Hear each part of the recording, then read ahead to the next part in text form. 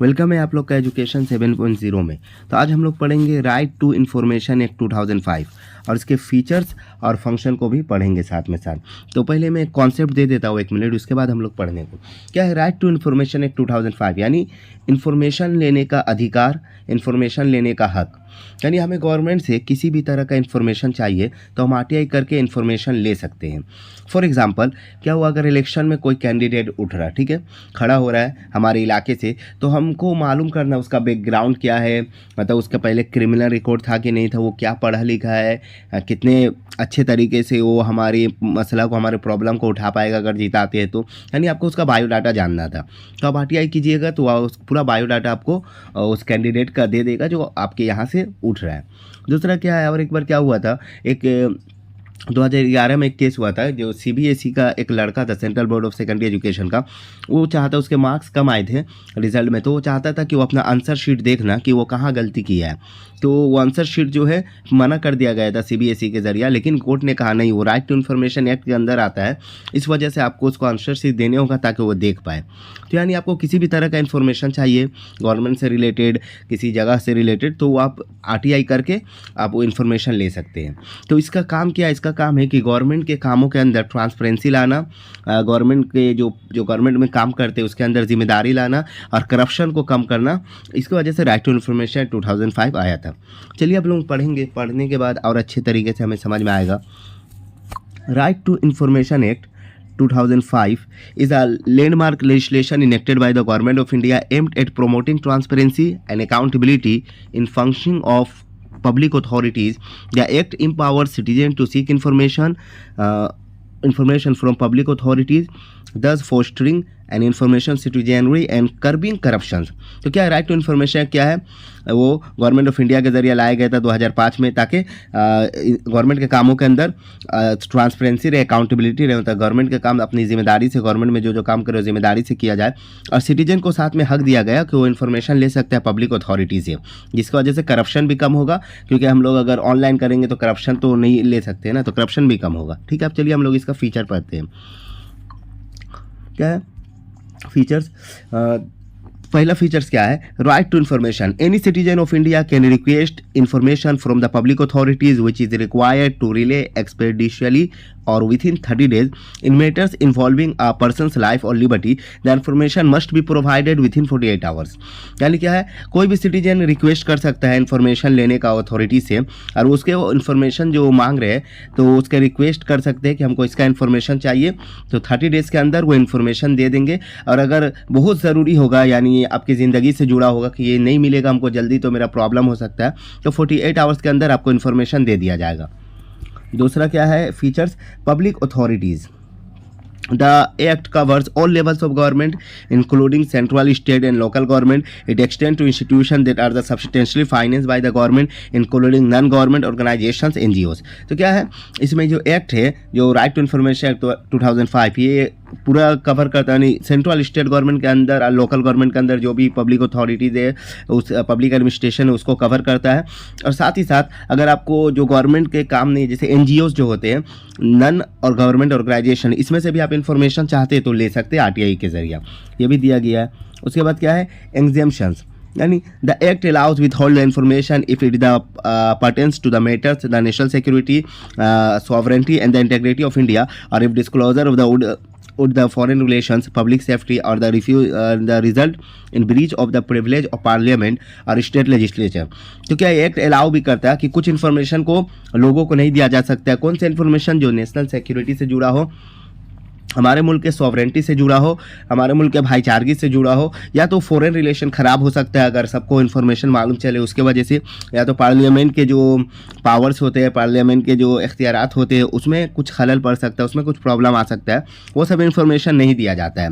However this exception are the subject to the condition if the public interest in disclosure outweigh the harm, the information may still be provided. अगर बहुत ज़रूरी हो कि लोगों को चाहिए ही देखना, तो मुमकिन हो तो उसको क्या बाद में दिया जा सकता है, इसके दिया जा सकता है ताकि लोगों का ज़रूरी है। लेकिन नेशनल सिक्योरिटी से जुड़ा हुआ बहुत सारी इन्फॉर्मेशन को रखा जाता है, खुफिया रखा जाता है, बचा कर रखा जाता है, ताकि हमारे मुल्क का सलामती रहे, हमारे मुल्क के नेशनल सिक्योरिटी को प्रॉब्लम ना हो। उसके बाद और एक फीचर्स क्या है, पब्लिक इंफॉर्मेशन ऑफिसर्स, ये क्या होता है, PIO. Every public authority must design public information officer PIO to handle RTI request. This officer are the responsible for the receiving the request and the providing response. तो ठीक है, public information officer क्या, जब हम लोग request करेंगे किसी चीज़ का इन्फॉर्मेशन लेने के लिए, तो जो पब्लिक इंफॉर्मेशन ऑफिसर्स है जो हम लोग रिक्वेस्ट करेंगे तो ये रिसीव करते हैं और ये क्या आपको रिस्पॉन्स देंगे, मतलब इन्फॉर्मेशन आपके तरफ यही पहुंचाएंगे। तो इसका जिम्मेदारी है कि रिक्वेस्ट को रिसीव करे और हमें रिस्पॉन्स दे सही तरीके से।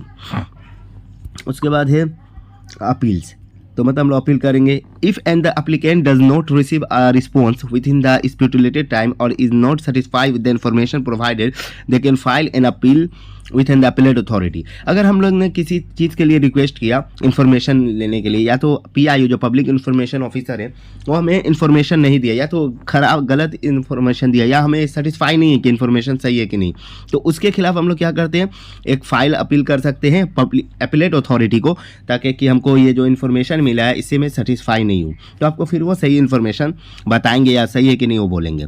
उसके बाद है पेनाल्टीज़, तो इसमें क्या बताया जा रहा है पेनाल्टीज़ में, if PIO fail to provide the information within the time frame or if they provided the misleading information, they can face penalties including the fine of the 250 per days, rupees 250 per days up to an to the maximum of the 25,000। अगर देखिए PIO जो मतलब जैसे 30 दिन है, 30 दिन के अंदर आपको इन्फॉर्मेशन नहीं दिया, रिस्पॉन्स नहीं दिया, या तो 48 आवर्स अगर लिबर्टी से जुड़ा हो, आपके लाइफ से जुड़ा हो तो नहीं दिए, तो इसके ऊपर पेनाल्टीज लगेगा, ताकि वो इन्फॉर्मेशन सही टाइम पर नहीं दिया, गलत इन्फॉर्मेशन दिए तो रोजाना के हिसाब से 250 रुपये तक लगेगा जब तक वो नहीं दे रहे। और उसके अलावा क्या होगा, अगर 25,000 तक ये जाएगा अगर इन्फॉर्मेशन आपको नहीं दिया। तो मैं उम्मीद करता हूँ आपको फीचर्स समझ में आया होगा। अब हम लोग फंक्शन देखते हैं, इसका काम क्या है। ये तो फीचर्स था। फंक्शन क्या बताया जा रहा है, इंक्रीज अकाउंटेबिलिटी, क्या है, जिम्मेदारी को बढ़ाना। The RTI act has created a culture of accountability in public institution. Public authorities are now more careful in their the function because they know that their actions can be the scrutinised by the public. तो क्या है, जो RTI act क्या है, create करते हैं एक accountability, एक जिम्मेदारी को लाता है गवर्नमेंट के कामों के अंदर, ताकि करप्शन ना हो, रुके, वो अपने काम बेहतर तरीके से करे। और वो अपने इसलिए क्योंकि वो जानता है, जो पीआईओ पब्लिक इन्फॉर्मेशन ऑफिसर जानता है, अगर हम सही से काम नहीं करेंगे तो मेरे ऊपर नज़र रखा जा रहा, मुझे पेनाल्टीज लग सकता है। दूसरा क्या है काम, empowerment of citizen. The act empower citizen to take an active role in the government by the enhancing them to access information. तो गवर्नमेंट जो सिटीजन है वो भी गवर्नमेंट के काम में एक्टिव रोल अदा करेगा, जो जो इन्फॉर्मेशन चाहिए जिस तरह का वो मांग सकता है वो आरटीआई कर सकते हैं। इसकी वजह क्या होगा कि सिटीजन भी गवर्नमेंट काम में पूरी तरीके से इन्वॉल्व रहेगा। उसके बाद है रिडक्शन इन करप्शन, ठीक है। By making information public, the RTI act has the help in the exposing the several cases of the corruption and the irregularities in the government department. तो क्या होगा, इससे करप्शन कम होगा। अगर आप ऑनलाइन आरटीआई करेंगे तो उससे करप्शन कम होता है, और जो भी सही तरीके से काम नहीं करेगा तो उसके खिलाफ कार्रवाई किया जाएगा, उसको पेनाल्टी लगाया जाएगा। तो ये एक सही तरीका होता है। तो ये एक तीसरा फंक्शन था। उसके बाद क्या है, enhancing transparency. The act has played a critical role in enhancing the transparency of government operations, making public authorities more answerable to citizens. तो ये क्या करता है, एक अहम रोल अदा करता है आरटीआई, क्या कि गवर्नमेंट के काम सही से हो रहा है, और जो पब्लिक अथॉरिटीज़ होते हैं वो रिस्पॉन्सिबल होंगे सिटीजन के सामने, वो अपने काम के लेकर। तो ये तो था फंक्शन, और ये हम पूरा कॉन्सेप्ट आरटीआई का दे चुके हैं। तो एक बार हम लोग 1 मिनट में रिवाइज कर लेते हैं, हम लोग पढ़े क्या क्या है।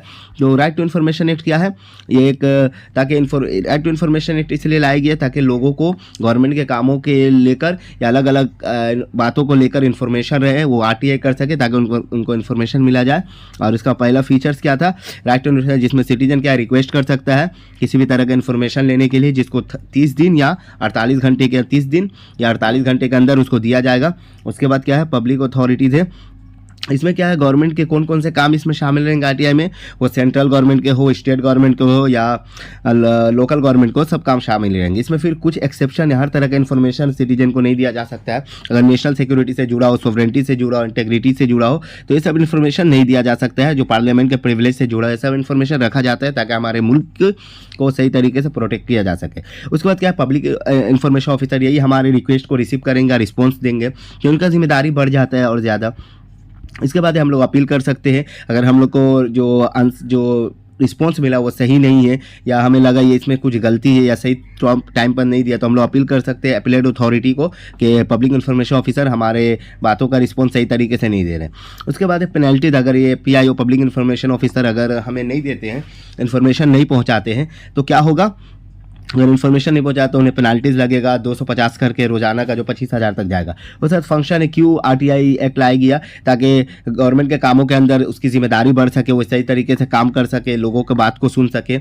उसके बाद लोगों को भी पावर मिला कि वो गवर्नमेंट के काम में एक्टिव रोल अदा कर सके। उसके बाद इसमें क्या है, करप्शन भी कम होगा, देखा जाएगा कि ताकि RTI करने से करप्शन कम होता है ऑनलाइन करने से। उसके बाद अगर करप्शन को बहुत हद तक रोका गया और क्या है वो मतलब क्लीननेस लाया गया गवर्नमेंट के कामों के अंदर, ताकि सफाई साफ सुथरे तौर पर काम हो सके और अपने काम को लेकर जिम्मेदार रहे।